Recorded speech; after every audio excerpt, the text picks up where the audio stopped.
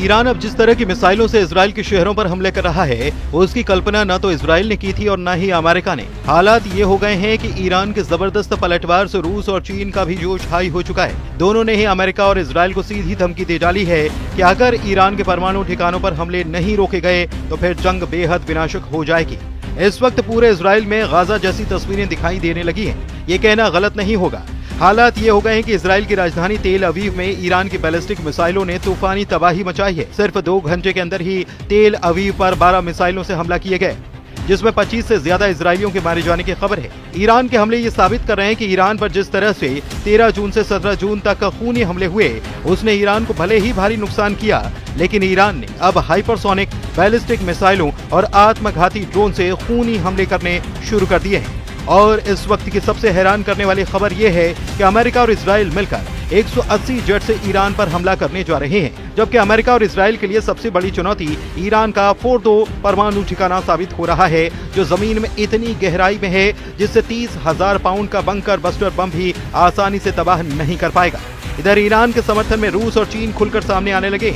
Putin ने 2 टूक कह दिया है कि इजराइल के हमलों से ईरान के भूमिगत परमाणु अड्डों को नुकसान नहीं हुआ है। वहीं ट्रंप ने ऐलान किया है कि जब तक खामनेई को नहीं मारा जाएगा तब तक इजराइल हमले करता रहेगा।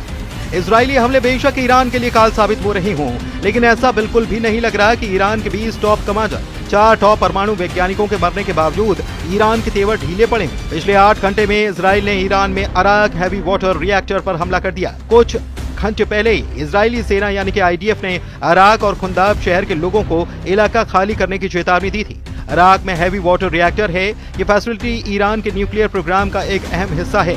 इसके साथ ही अराक में बड़े पैमाने पर हथियारों का उत्पादन होता है, जिसे इजराइल ने 40 जेट के हमलों से तबाह करने की कोशिश की है।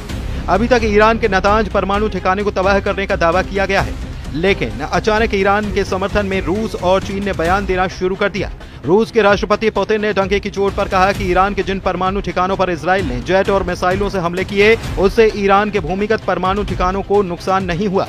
यानी कि रूसी राष्ट्रपति पुतिन अपने बयान से पूरी दुनिया को ये बता चुके हैं कि ईरान के भूमिगत परमाणु ठिकाने सुरक्षित हैं और इजराइल के हमले नाकाम साबित हो रहे हैं। यही कारण है कि राष्ट्रपति ट्रंप ईरान पर हमला करने से पहले 100 बार सोच रहे हैं। ट्रंप ने ईरान पर हमला करने के प्लान को मंजूरी तो दे दी, लेकिन उन्हें यकीन नहीं हो रहा कि अमेरिका और इजराइल मिलकर ईरान के फोर्डो परमाणु ठिकाने को तबाह कर पाएंगे, जो पहाड़ों के बीच में जमीन में सैकड़ों मीटर नीचे मौजूद है। अमेरिका को लगता है कि 30,000 पाउंड का बंकर बस्टर बम भी ईरान के भूमिगत फोर्डो परमाणु ठिकाने को तबाह नहीं कर पाएगा। एक्सियोस की रिपोर्ट के मुताबिक अमेरिकी राष्ट्रपति डोनाल्ड ट्रंप ने अपने सैन्य सलाहकारों से पूछा है कि क्या 30,000 पाउंड के बम ईरान के फोर्डो परमाणु संयंत्र को नष्ट कर पाएंगे। बंकर बस्टर बम, जिन्हें मैसिव ऑर्डिनेंस पेनेट्रेटर के नाम से भी जाना जाता है, अमेरिकी शस्त्रागार में, लेकिन इजराइल के पास बमों को तैनात करने के लिए आवश्यक हथियार या बम वशक नहीं है। फोर्डो को इतनी गहराई पर जमीन के अंदर दफनाया गया कि माना जाता है कि ये इजरायली हवाई हथियारों की पहुंच से बाहर है। पेंटागन के अधिकारियों ने ट्रंप को बताया कि उनका मानना है कि बम फोर्डो के खिलाफ काम कर सकते हैं। हालांकि अभी तक ये साफ नहीं है कि ट्रंप इस बात को लेकर आश्वस्त हैं या नहीं। एक्सियोस की रिपोर्ट के मुताबिक 30,000 पाउंड के बमों का इस्तेमाल कभी भी वास्तविक युद्ध में नहीं किया गया, केवल परीक्षणों में किया गया। इजरायलियों ने अमेरिकी अधिकारियों से कहा है कि भले ही वे बमों से फोर्डो को नष्ट नहीं कर सकते, लेकिन वे ईरान को मिट्टी में मिला सकते हैं। उधर अमेरिका के राष्ट्रपति ट्रंप का दावा है कि उनकी वॉर रूम में मीटिंग हुई है। कुछ लोग इसे सिचुएशन रूम कहते हैं।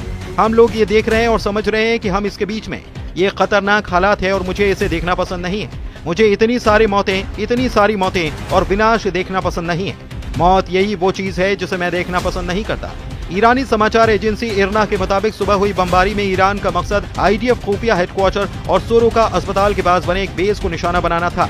इसीलिए इजराइल के सोरोका अस्पताल पर ईरान ने हमला किया। ईरान ने सेंट्रल इजराइल में स्थित स्टॉक एक्सचेंज बिल्डिंग पर भी मिसाइल से हमला किया। अरब मीडिया के मुताबिक इससे बिल्डिंग को काफी नुकसान पहुंचा है।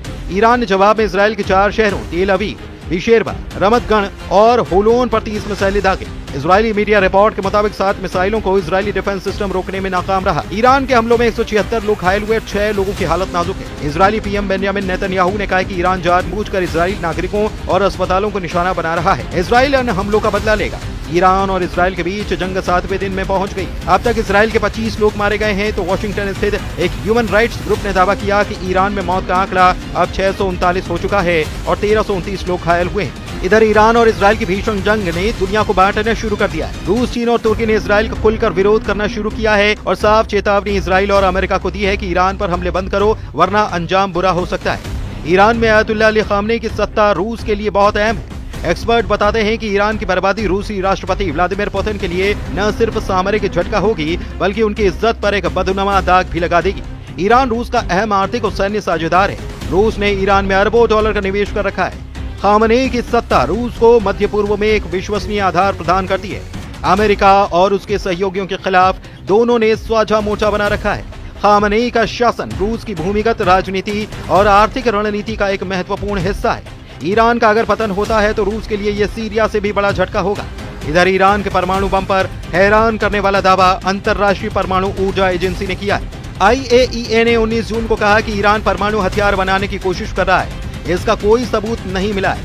IAEA के डायरेक्टर राफेल ग्रोसी ने अल जजीरा को इंटरव्यू में ये ताजे दावे किए। ऐसे हालात में सवाल यह है कि अमेरिका की शय पर इजराइल ईरान पर खूनी हमले क्यों कर रहा है। इधर रूस ने ईरान और इजराइल जंग में अमेरिका की दखलंदाजी को लेकर चेतावनी जारी कर दी है। रूसी समाचार एजेंसी इंटरफैक्स के मुताबिक क्रेमलिन के प्रवक्ता दिमित्री पेस्कोव ने कहा है कि अगर अमेरिका ईरान और इजराइल के बीच चल रहे संघर्ष में दखल देगा तो इससे हालात और ज्यादा बिगड़ सकते हैं और तनाव खतरनाक स्तर पर पहुंच सकता है। इधर ईरान हमलों से तिल मिलाए इजराइल के रक्षा मंत्री इजराइल काट्स ने ईरान के सुप्रीम लीडर को मॉडर्न हिटलर कहा और कहा कि अब उनका अस्तित्व नहीं रह सकता। इजरायली सेना का लक्ष्य है कि वो इंसान अब नहीं बचना चाहिए और उसका अस्तित्व खत्म होना चाहिए। इजराइल काट्स ने कहा कि खामनेई जैसे तानाशाह जो ईरान जैसे देश का नेतृत्व करते हैं और जिन्होंने इजराइल के विनाश को अपना लक्ष्य बना रखा है, उसे इजराइल को खत्म करने के इस भयानक लक्ष्य को जारी रखने या पूरा होने की अनुमति नहीं दी जा सकती।